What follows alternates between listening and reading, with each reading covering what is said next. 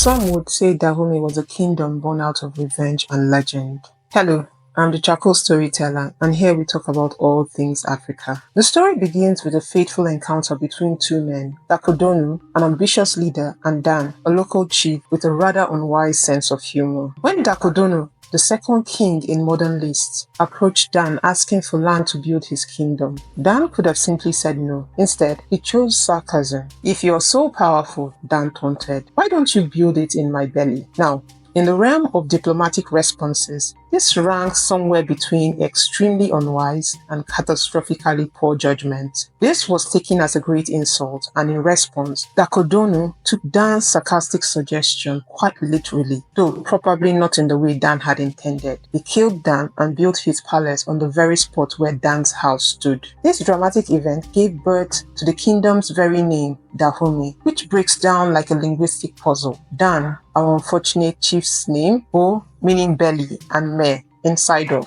Put it all together and you get "in Dan's belly." Perhaps history's most memorable case of be careful what you wish for. This act of revenge became a foundational myth for the kingdom, a powerful symbol of the early monarchy's absolute authority. Whether historically accurate or embellished over time, the story conveyed the king's power to eliminate opposition and establish his rule on the bodies of the conquered. However, the true architect of Dahomey's rise was yet to come. King Hogbaja, who ruled from approximately 1645 to 1685. He built upon Dakodonu's grim foundation, transforming a budding territory into a powerful kingdom. While Dakodonu had acquired the land through violent means, it was Hogbaja who consolidated power and established the structures of a centralized state. He chose the Abomey plateau as his capital, constructing the first royal palace there. This established Abomey as the symbolic and political heart of Dahomey. He implemented crucial administrative and political systems which would define the kingdom for centuries, including court rituals, social hierarchies, and a system for collecting tribute. Of note was the introduction of a head tax, a tax levied on each individual, which allowed the kingdom to generate revenue.